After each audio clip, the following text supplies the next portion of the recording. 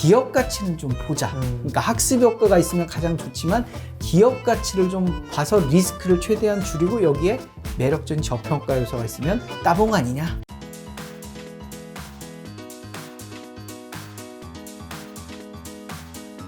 오늘 주제는 바로 주식 투자의 습관편입니다. 기업 가치를 좀 봐야 되겠다. 그래서 기업 가치를 이 가치 투자 측면에서 두 가지를 이야기하는데요. 가치 투자는 두 가지 포인트예요. 첫 번째는 리스크를 최대한 낮추고 위험도를 최대한 낮추고 혹여모를 메리트, 저평가 메리트가 있는지 측면에서 이야기를 드려요. 그래서 리스크는 세 가지 측면. 첫 번째는 망할 기업을 좀 피해보자. 그리고 두 번째는 주가가 너무 버블인 기업도 좀 피해보자. 그리고 세 번째는 주가 고점에서 물량 폭탄이 나오는 것도 좀 조심해보자라는 측면에서 말씀을 드려요. 그러면 망할 기업은 뭐냐? 단기 순손실.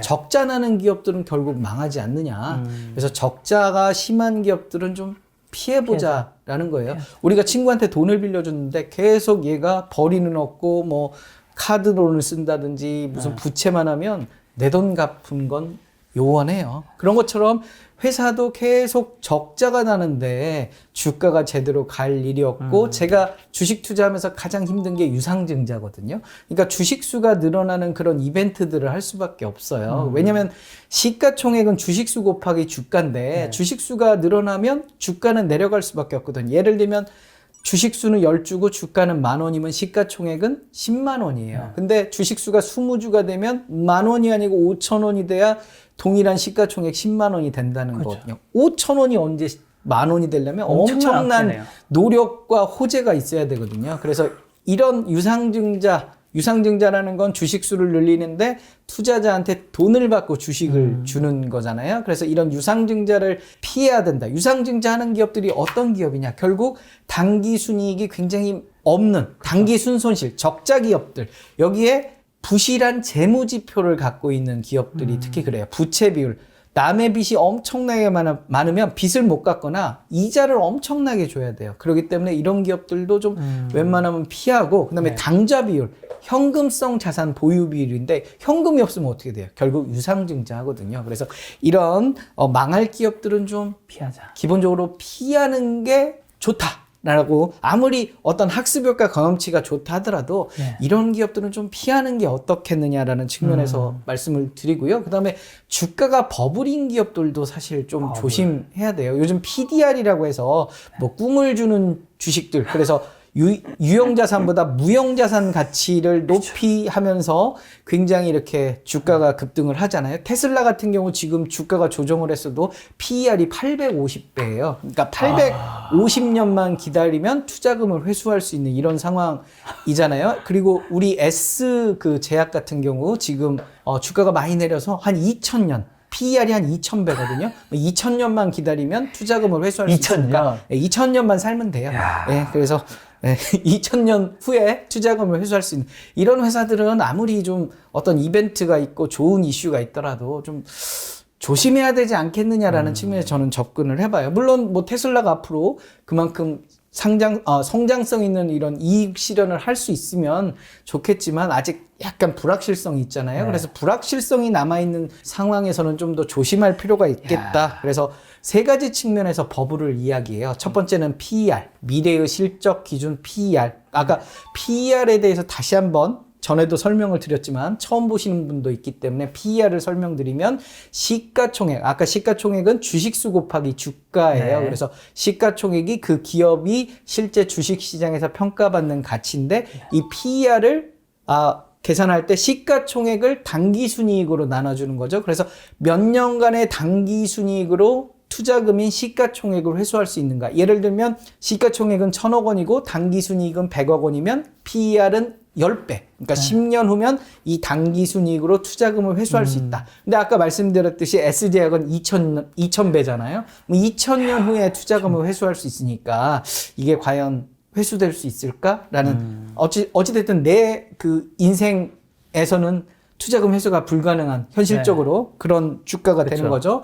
그 다음에 학습 효과가 누적된 종목들은 시가총액이 가벼운 종목들이 핸들링이 잘 돼요. 소위 작전 세력들이 핸들링하기에는 시가총액이 작아야 돼요. 네. 시가총액이 크면 핸들링하기가 굉장히 어려워요. 그래서 시가총액이 가벼울수록 이렇게 주가가 이렇게 뻥튀기가 좀 쉬운데 어떤 특정 이벤트에 뻥튀기가 쉬운데 네. 주가가 커지면 시가총액이 커지면 커질수록 시가총액이 커지는 건 주식수가 늘어나거나 아니면 주가가 늘어나는 건데 대부분 이제 주가가 크게 오르면 이제 버거워지는 거죠. 그래서 시가총액이 가벼울 때 사서 시가총액이 무거워지면 파는 그런 투자 전략도 학습 효과가 경험된 그런 종목들은 좀 시가총액 기준으로 좀 볼 필요가 있겠다. 일반적인 가치 투자에서는 사실 시가총액이 크게 중요하지 않거든요. 왜냐면 PER이 있잖아요. 시가총액을 단기 순이익으로 한번 이렇게 나눠주는 PER이 있기 때문에 시가총액은 크게 중요하지 않는데 이런 학습 효과 경험치가 누적된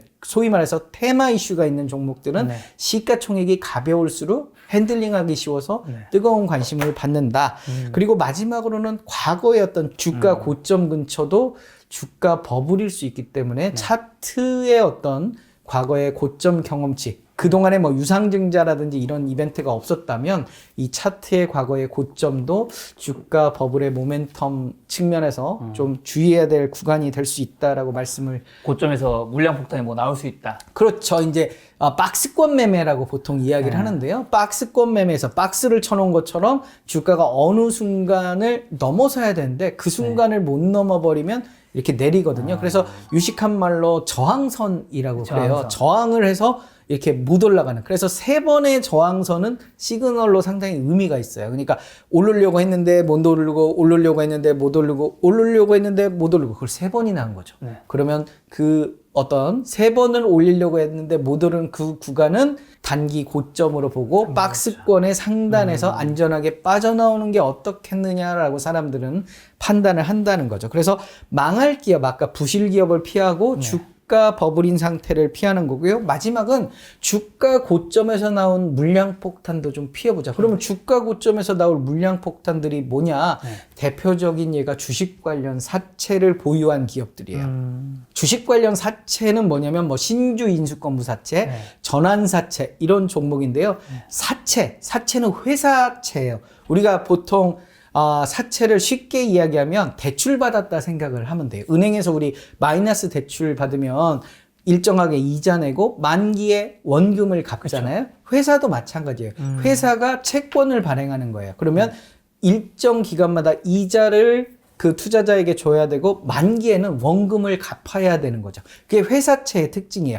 그래서 채권은 국가가 발행하면 국채, 공공기관이 발행하면 공채, 회사가 발행하면 회사채예요. 그럼 얘는 회사채예요. 그런데 주식 관련 사채래요. 그럼 뭐냐면 주식하고 뭔가 연관이 돼 있잖아요. 회사채인데 일정 기간이 지난 이후부터 만기 시점까지 너는 주식으로 바꿀 수 있어라는 권리가 부여된 게 주식 관련 사채예요. 그래서 주식 관련 사채는 일정 기간 지나서 주식으로 바꿀 수도 있고 주가가 내가 바꿀 수 있는 가격을 미리 정해줘요. 너는 10,000원에 바꿀 수 있어라는 권리를 탁 줬는데 주가가 7,000원이야. 그러면 이 주식 관련 사채를 산 사람은 주식으로 바꿔봐야 손해잖아요. 그럴 바에는 그냥 회사채로 갖고 있는 거예요. 그러면 이자를 계속 따박따박 주고 만기에 원금 회수하면 끝이에요. 그런데 주가가 나는 10,000원에 바꿀 수 있는데 15,000원이에요. 그러면 주식으로 바꿔주세요. 이렇게 하면 15,000원으로 바꿔서 팔아버리면 5,000원 수익이 나는 거예요. 그리고 그동안 이자도 받아먹는 거죠. 그러니까 투자자 입장에서는 나쁜 게 하나도 없어요. 첫 번째로는 주가가 그 가격 이하로 가면 계속 가지고 있으면서 이자 받아먹으면 되고 주가가 그 바꿔가는 가격보다 높으면 바꿔서 수익 내버리면 되고 그러니까 꼭 먹고 알 먹고 안전한 투자. 다만 회사가 망해버리면 회사채이기 때문에 잘못하면 내가 빌려준 돈을 다 못 받을, 그러니까 주식 관련 사채는 기본적으로 좀 부실한 기업들이 많이 발행을 해요. 왜냐하면 유상증자를 하면 되거든요. 그러니까 투자자한테 돈을 받고 주식을 팔아버리면 되는데 그게 안 되니까 주식으로 바꿀 수 있는 권리를 주면서 이자까지 주는 거예요. 이자까지 주면서 만기에 아니면 원금 줄게. 라는 특별한 스페셜 오퍼를 줘야만 이게 유상증자 비슷한 그런 방법이 되기 때문에 네. 주식 관련 사채를 발행한 기업들은 좀 약간 리스크가 굉장히 커요. 그래서 저 같은 경우는 주식 관련 사채를 발행한 기업들은 잘 매수를 안 하려고 그래요. 특히 이자율이 굉장히 높아요. 8%, 9% 연 이자를 주거든요. 이런 이자 주면 사실 이자 주다가 볼일 못 보잖아요. 그래서 주식 관련 사채를 발행한 기업들은 일단 좀 리스크인데 이런 기업들이 만약에 나올 물량이 이렇게 갖고 있다고 생각을 해봐요. 얘는 300억어치 주식 관련 사채를 가지고 있어. 그러면 주가가 오르면 당연히 얘네들 팔아서 그 주식으로 바꿔주세요라고 할 거잖아요. 그렇죠. 그러면 이 물량이 나오면 주가 고점의 악재거든요. 그리고 유상증자도 주가가 높을 때 유상증자하는 게 좋거든요. 조금이라도 비싸게 팔 수 있잖아요. 그렇기 때문에 이 유상증자를 하는 과거에 한 3년에서 5년 정도 유상증자를 왜 하겠어요? 먹고 살기 어려우니까 유상증자를 하거든요. 그럼 얘네들은 일정 시간이 지나면 또 먹고 살기 어려울 수 있거든요. 그래서 적자 기업들이 유상증자를 많이 하는데 그러니까 과거에 한 3년에서 5년 정도 이런 유상증자나 주식 관련 사채를 발행한 기업들은 한 번 했기 때문에 또 할 수 있어서 이런 기업들은 일단 좀 배제시켜보는 게 어떻겠느냐라는 측면에서 말씀을 드리는 거고요. 또 최대주주하고 자사주, 최대주주는 주식을 가장 많이 보유한 사람들이잖아요. 이 사람들이 주가 고점에 팔아버려요. 그런 경험치들이 있어. 그러면 또 주가 고점이 되면 얘네들이 안 판다는 보장이 없잖아요. 그래서 최대주주가 주가 고점에 판다는 건 회사의 내용을 가장 잘 아는 사람들이 더 이상 오르기 어려워. 이제는 팔아야 돼라는 시그널을 주면서 주가가 급락을 해요. 자사주도 마찬가지예요. 자사주는 회사가 자기 회사 주식을 사놓은 거거든요.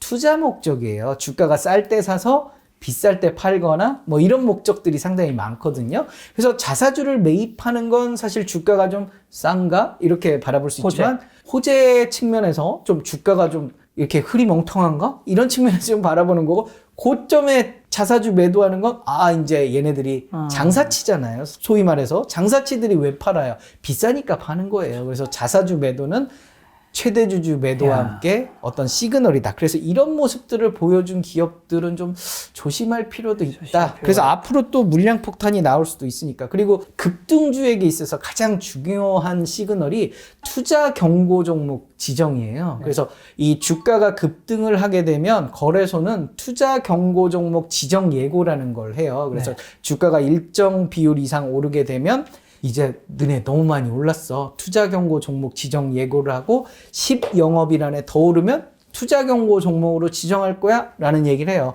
그럼 투자 경고 종목 지정이 뭐길래 투자 경고 종목 지정이 되면 위탁 증거금률이 100%가 돼요. 그럼 위탁 증거금률이 뭐째서 거래소는 매매를 하고 2영업일 후에 결제가 돼요. 결제가 되는데 그냥 이렇게 해줄 수는 없잖아요. 너 보증금 좀 내봐. 이틀 후에 네가 결제가 되는데 현금이 오가는데 지금 살 때 어떤 보증금, 디파짓을 좀 넣어야 되는 거 아니야? 그게 위탁 증거금이에요. 보통은 40% 정도예요. 거래소가 그 기업의 어떤 주가 급등 여부나 그 기업의 부실 여부 등을 판단해서 어떤 건 뭐 20%, 어떤 거는 100% 이렇게 정해요. 그래서 보통은 40%. 그러면 위탁 증거금률이 40%면 내 돈 400만 원과 600만 원은 빌려서 증권사한테 빌려서 살 수 있는 거예요. 그래서 총 1000만 원어치를 살 수 있는데 투자 경고 종목으로 지정이 돼 버리면 100%야 너나. 그러면 1000만 원어치를 거래를 일으키려면 살려면 옛날에는 나 혼자 됐잖아요. 600만 원을 빌려서 하니까. 근데 앞으로는 2명 반이 모여야 1000만 원어치 거래가 되는 거야. 아까 근데 제가 계속 강조하지만 거래량이 주가를 끌어올리는데 400만 원 가지고 1000만 원을 하려면 한 명하고 반절을 더 끌어와야 되니 이 거래량이 크게 일으키기가 어려워요. 그렇다고 하면 세력들은 재미없다고 이사 가버려요. 왜냐면 거래량을 막 일으키면서 이게 주가 급등이 이어지는 건데 그러면서 나도 팔고 뭐 이렇게 사람들이 와서 해야 되는데 100%면 있는 돈만으로 하니까 이게 안 되는 거예요. 그래서 투자 경고 종목 지정 예고는 그때는 위탁 증거금률이 예를 들면 40%예요. 근데 경고 딱 지정이 돼버리면 그 다음부터 100%니까 지정 예고가 되는 순간부터 슬슬 이제 떠나가는 거죠. 그래서 투자 경고 종목 지정 예고에 이 뉴스의 강도, 그 다음에 어떤 학습 효과의 경험치 이런 것들이 얼만큼 종목별로 강하느냐에 따라서 투자 경고 종목 지정 예고에서 조금 거래량을 일으키면서 끝나버리거나 아니면 투자 경고 종목 지정까지 간 이후에 떨어뜨리거나 이런 이슈들이 굉장히 대부분 급등주에게서는 네. 10이면 9 정도는 투자 경고 종목 지정 예고 또는 투자 경고 종목 지정 이 사이에서 거의 끝나거든요. 그래서 이런 공시들을 꼭 시그널이 나오면 무시하시지 말고 이제 안전하게 좀 빠져나오는 게 어떤가라고 판단을, 그러니까 그 이상으로 오를 수도 있어요. 그거는 내 몫이 아니다. 나는 이미 투자 경고 종목 지정 예고나 지정 단계에서 상당 부분 수익을 얻었거든요. 그래서 그런 부분들을 좀 감안을 해서 투자 판단을 해보시는 것도 좋을 것 같고요. 여기 투자 경고 종목 지정 예고 요건이 상당히 중요해요. 보면 3일 전보다 100%, 5일 전보다 60%, 그 다음에 15일 전보다 100% 이상 상승하면 투자 경고 종목 지정 예고가 될 개연성이 높아요. 그래서 이런 부분들, 그래도 뭐 3일 전보다 100% 오르면 많이 오른 거잖아요. 그쵸. 그래서 이 정도 수익 내고 안전하게 빠져나오는 것도 욕심을 내리는 측면에서 나쁘지 않다라고 말씀을 좀 강조를 드리고 싶어요. 그래서 이런 어떤 주가 버블에 나오는 시그널들을 무시하지 말자. 네. 우리가 퇴각 나팔이 불었는데 네. 계속 있는 건 무의미하지 않느냐라는 측면에서 말씀을 드리고요. 마지막으로 공매도 종목도 좀 조심할 필요가 있어요. 공매도라는 것은 빌공이에요. 빌공. 비어있다는 뜻이에요. 비어있다. 그러니까 비어있는데 뭔가 매도를 하는 거잖아요. 비어있는데 어떻게 매도를 해? 빌려서 비운 데를 채우고 매도한다. 그래서 보통 기관 투자가나 외국인들이 주로 해요. 얘네들밖에 할 수 없는 게 신용도가 필요하잖아요. 근데 개인들은 사실 증권사에서 개개인별로 신용도를 주고 삼성전자 주식을 빌려주기가 좀 부담스러운 거죠. 그러다 보니까 기관 투자가와 외국인에 좀 집중이 되어 있어요. 그래서 이렇게 주식을 빌리는 행위를 보통 대차라고 그래요. 기관이나 외국인들이 빌리는 걸 대차라고 하고, 그래서 대차 잔고가 는다는 건 결국 공매도로 이어질 가능성이 굉장히 높다라고 보는 거고요. 그래서 공매도가 계속 지속되는 건, 공매도는 뭐예요? 빌려가지고 파는 이유가 주가가 버블이기 때문에 그래요. 그래서 버블에서 얘는 떨어뜨리겠다라는 의도거든요. 그러면 공매도랑 싸운다는 게 굉장히 어려워요. 얘네들은 계속 빌려서 팔아제끼는데 내가 산다고 해서 그 물량과 이 기관이나 외국인들이 빌려서 파는 물량은 차원이 다르거든요. 그럼 계속 매도를 치면 주가는 계속 빠지는 거죠. 그래서 공매도가 굉장히 많으면 공매도 과열 종목으로 지정하고 하루 동안 공매도를 금지시켜요. 그래서 이런 공매도 과열 종목도 결국에 보면 단기적으로 악재 요소가 되는 거죠. 그래서 주가가 너무 많이 올랐기 때문에 이런 거 아니야? 라고 판단할 수 있는 거고, 이런 공매도 과열 종목 같은 경우는 지금 우리 주식시장 올해 코로나 이슈로 지금 공매도를 금지시켜 놨잖아요. 그래서 내년 2월 정도에 공매도 이 금지 기간이 끝나요. 그래서 내년 2월에는 뭐 대형주 중심으로라도 아마 공매도가 다시 이 활성화가 되면 아마 지금 주가 급등을 했던 바이오주 중심으로 좀 조정을 보일 수 있는 그런 리스크가 있다라는 측면에서 말씀드려요. 그래서 이렇게 망할 기업, 주가 버블인 기업, 주가 고점의 물량 폭탄인 기업들을 굳이 살 필요가 있겠느냐라는 측면에서 아무리 경험치가 높다 하더라도 좀 보수적으로 바라보는 게 어떤 건가라는 측면에서 말씀을 좀 드리고요. 하나 더 드리면 이제 우리가 학습 효과 봤죠? 그 다음에 리스크 봤잖아요. 그 다음에 이제 저평가 요소를 하나 찾아야 되는 거잖아요. 일단 저평가는 저는 제일 좋아하는 게 PER 하고요. 시가 배당률을 되게 좋아해요. PER은 아까 설명드렸듯이 시가총액을 당기순이익으로 나누는 건데, 이 당기순이익은 과거의 데이터가 아니고 미래의 실적치를 알면 좋겠다. 뉴스나 증권사 리포트를 통해서 미래의 실적치를 봐서 미래의 실적 기준으로 PER이 낮으면, 그러니까 지금 PER은 한 30배인데 미래의 PER은 뭐 5배다. 이러면 한 뭐 10배, 15배는 가지 않겠어? 라고 해서 매수와 매도 전략이 가능할 수 있고요. 시가 배당률이라는 것은 배당금을 현재 주가로 나누는 거잖아요. 예를 들면 500원을 10,000원, 현재 주가로 배당금 500원을 현재 주가 10,000원으로 나누면 시가 배당률은 5%. 그래서 이런 어떤 고배당 이슈 측면으로 저평가 요소들을 좀 찾아서, 그러니까 학습 효과도 있는데 리스크는 작으면서 네. 이런 호재 이슈, 그 저평가 이슈가 있으면 아주 매력적이다라는 측면에서 접근을 한다는 거죠. 여기에 학습 효과 경험치가 높은, 소위 말해서 어떤 테마 이슈가 좀 있으면 시가총액이 작으면 작을수록 좋다고 말씀을 드렸잖아요. 시가총액이 큰 건 안 좋으니까. 왜냐면 세력들이 핸들링하기 어려우니까. 그런 측면에서 시가총액이 작다라고 하면 일반적인 가치 투자에서는 시가총액을 안 보지만 어떤 학습 효과가 곁들인다면 시가총액이 작은 종목들도 좀 저평가 요소로 이렇게 바라보면, 그러니까 이 저평가의 요소가 있는 것은 추가적으로 이렇게 있으면 더 좋은 거예요. 그러니까 가장 키포인트는 학습 효과 경험치가 있는 게 제일 중요하고, 여기에 리스크가 없으면 일단 투자 매력도는 성립이 되는 거예요.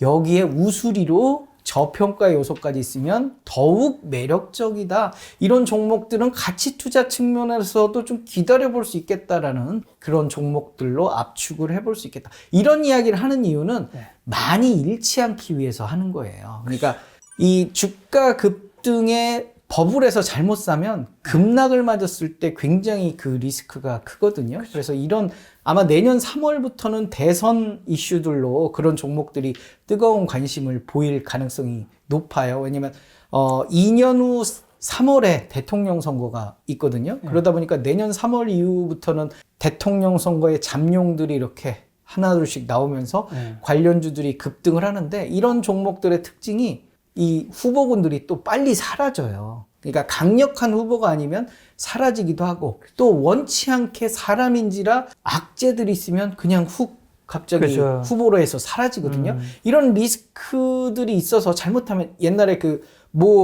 분도 이 한국에 와서 갑자기 인기가 뚝 떨어지면서 후보군에서 생략되면서 그 관련 인맥주들이 처참한 그런 주가 하락을 경험하기도 했거든요. 그래서 이런 부분들이 있기 때문에 기업 가치는 좀 보자. 그러니까 학습 효과가 있으면 가장 좋지만 기업 가치를 좀 봐서 리스크를 최대한 줄이고, 여기에 매력적인 저평가 요소가 있으면 따봉 아니냐라는 측면에서 강조를 드리고 싶어요. 알겠습니다.